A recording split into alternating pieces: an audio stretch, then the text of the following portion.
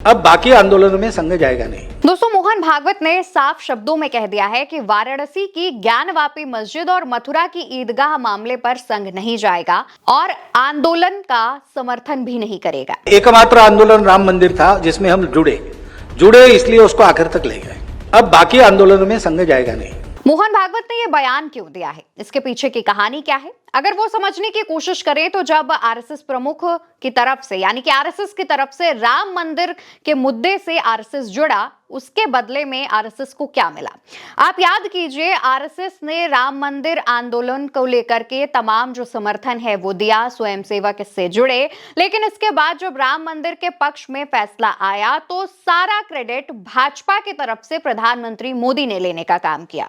RSS चाहता था कि राम मंदिर की प्राण प्रतिष्ठा को इवेंट ना बनाया जाए, ऐसा नहीं हुआ। आरएसएस चाहता था कि जब मंदिर में काम अभी अधूरा है तो ऐसे में प्राण प्रतिष्ठा ना कराई जाए, लेकिन भाजपा ने यह नहीं सुना और वो किया गया।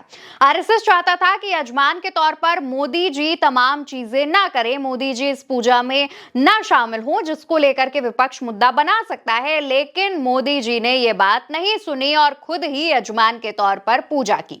यानी कि पूरी तरीके से आरएसएस ने जब इस मुद्दे का समर्थन किया था, उसके बदले में आरएसएस को कुछ नहीं दिया गया। यहां तक कि आरएसएस की तमाम बातों की अनदेखी भी की गई। वहीं अगर हम बात करें मोहन भागवत के इस बयान को लेकर के, जो उन्होंने आंदोलन को लेकर कहा है, तो उसके ये कोई पहला बयान नहीं है दोस्तों।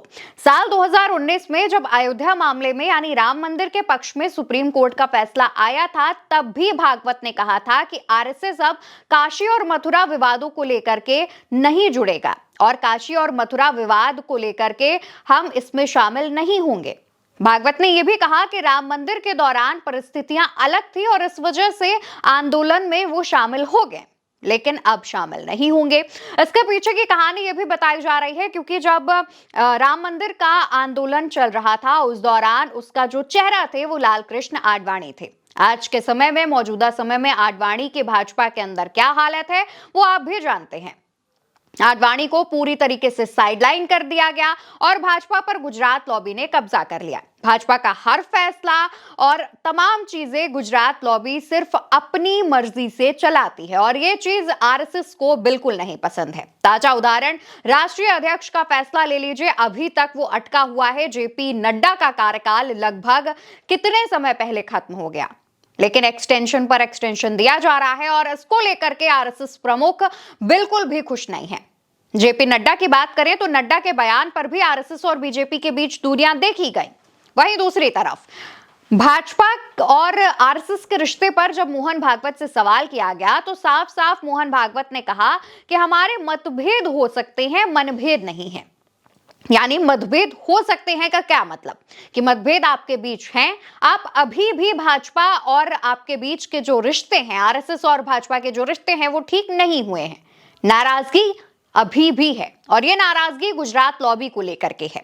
जी हां, प्रधानमंत्री मोदी और अमित शाह के कई बयानों पर आरएसएस की तरफ से नाराजगी जताई जा चुकी है। तो ऐसे में आरएसएस प्रमुख मोहन भागवत का बयान काफी कुछ कहता है कि आखिर राम मंदिर के बाद मथुरा और काशी के इस प्रोटेस्ट में इस मुद्दे पर क्यों शामिल नहीं होंगे। वहीं भागवत ये भी कहते हैं कि आरएसएस इन आंदोलन का समर्थन नहीं करेगा, लेकिन अगर स्वयं सेवक चाहें तो जा सकते हैं। संघ इस आंदोलन में नहीं जाएगा, लेकिन संघ के स्वयंसेवक जा सकते हैं। हालांकि मोहन भागवत के एक बयान को लेकर सोशल मीडिया पर ट्रोलिंग भी चल रही है। भागवत ने साफ साफ ये कहा कि इन 3 जगह यानी राम मंदिर तो हमारे पक्ष में आ गया है, लेकिन मथुरा और काशी भी भाईचारे के तहत हमें सौंप देना चाहिए क्योंकि यह हमारी आस्था का विषय है। तो थोड़ा इतना भी होना चाहिए, चलो भाई 3 की ही बात है ना, ले लो, ये क्यों ना हो। ये भाईचारे के लिए एक बहुत बड़ा कदम आगे होगा। भागवत ये जब बयान देते हैं तो उसके बाद से ही एक हलचल तेज हो जाती है। कहा जाने लगता है कि आखिर ऐसे कैसे, जो मुद्दा चल रहा है, जो कोर्ट में मुद्दा है, तो वो कोर्ट जो इस पर एक्शन लेती है, कोर्ट जो इस पर सुनवाई करती है, उसके अनुसार काम होना चाहिए। इसको लेकर इस्लामिक विद्वान मुफ्ती वजाहत कासमी ने भी मथुरा काशी के इस मुद्दे और भागवत के बयान को लेकर कहा कि जरूरी नहीं है कि हर मुद्दे का समाधान निकालने के लिए आंदोलन का रास्ता चुना जाए। अगर हमारे सभी विद्वान लोग एक साथ बैठकर वार्ता करेंगे तो भी निश्चित तौर पर हम इस समस्या का समाधान निकाल पाएंगे। हमारे लिए स्थिति स्थिति सामान्य हो सकती है, वैसे भी भारत जैसे शांति प्रिय देश में ऐसे मुद्दों का समाधान निकालने के लिए हर बार आंदोलन का सहारा लिया जाए, ये ठीक नहीं है। हमें इससे बचना चाहिए। वहीं दूसरी तरफ इस दौरान मोहन भागवत का एक और बयान सामने आया, जिसमें भागवत ने साफ तौर पर कहा कि इन 3 जगहों को छोड़कर हर जगह शिवलिंग मत ढूंढो, हर जगह मंदिर मत ढूंढो। इन 3 को छोड़कर मैंने कहा है हर जगह मंदिर मत ढूंढो, हर जगह शिवलिंग मत ढूंढो। दोस्तों, भागवत ये बयान साफ तौर पर गुजरात लॉबी को इशारा भी है, और ऐसे भाजपा के अंदर ऐसे नेताओं की तरफ भी भाजपा का ये बयान इशारा है जो हर जगह पर हिंदू मुस्लिम राजनीति करते हैं, जो हर जगह पर हर मस्जिद के नीचे मंदिर ढूंढने की कोशिश करते हैं, फिर चाहे वो अजमेर शरीफ दरगाह ही क्यों ना हो। इसको लेकर के जो राजनीति होती है, 2 धर्मों को बांटने की जो कोशिश होती है, उस पर आरएसएस प्रमुख मोहन भागवत नाराज होते दिख रहे हैं और अपने इन बयानों से भाजपा को, गुजरात लॉबी को मैसेज देने की भी कोशिश कर रहे हैं। हालांकि सोशल मीडिया पर तमाम लोगों की तमाम लोगों की जो राय है वो इससे अलग नजर आ रही है।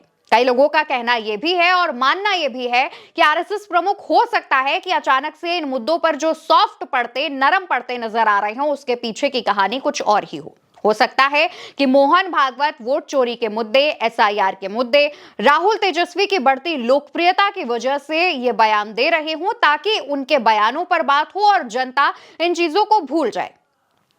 हालांकि तमाम लोगों की अपनी अपनी प्रतिक्रियाएं हैं। कई लोगों का कहना है कि बिहार विधानसभा चुनाव से पहले आरएसएस प्रमुख ऐसे बयान दे रहे हैं जिससे भाजपा के पक्ष में माहौल बनाया जा सके, क्योंकि बिहार में राहुल और तेजस्वी की जो यात्रा है उससे भाजपा को नुकसान हो रहा है, और ये बात भाजपा और आरएसएस दोनों ही अच्छे से समझ चुके हैं। इस वजह से आरएसएस प्रमुख ऐसे बयान देकर के जो माहौल है वो भाजपा के पक्ष में बनाने की कोशिश कर रहे हों। हालांकि मोहन भागवत ने मुस्लिमों को लेकर के भी बयान दिया था कि जो शहरों और रास्तों के नाम बदले जाते हैं वो नाम सिर्फ इसलिए ना बदले जाएं कि वो मुसलमान के नाम पर हैं, वो नाम आक्रांताओं के नाम पर हैं तो ही बदले जाएं। इस्लाम को लेकर के भी भागवत ने बात कही और कहा कि जो लोग ये सोचते हैं कि इस्लाम मिट जाएगा भारत से, वो ऐसी सोच रखने वाले हिंदू नहीं हो सकते हैं। यानी इस्लाम और मुस्लिम पर भी भागवत ने बात की, खुलकर बात की, बयान दिया, सॉफ्ट नजर आए इन दोनों ही मामलों पर। इसको लेकर के भी लोग संदेह में हैं। हालांकि यहां पर यह भी जान लीजिए कि भागवत के इस बयान पर खुलकर तमाम मुद्दों पर रखी जा रही बातों का विरोध भी हो रहा है, और ये विरोध कोई और नहीं बल्कि तमाम जो भाजपा से जुड़े नेता हैं जो आरएसएस बैकग्राउंड के नहीं हैं, और कई साधु संत भी इन बयानों का विरोध करते नजर आ रहे हैं।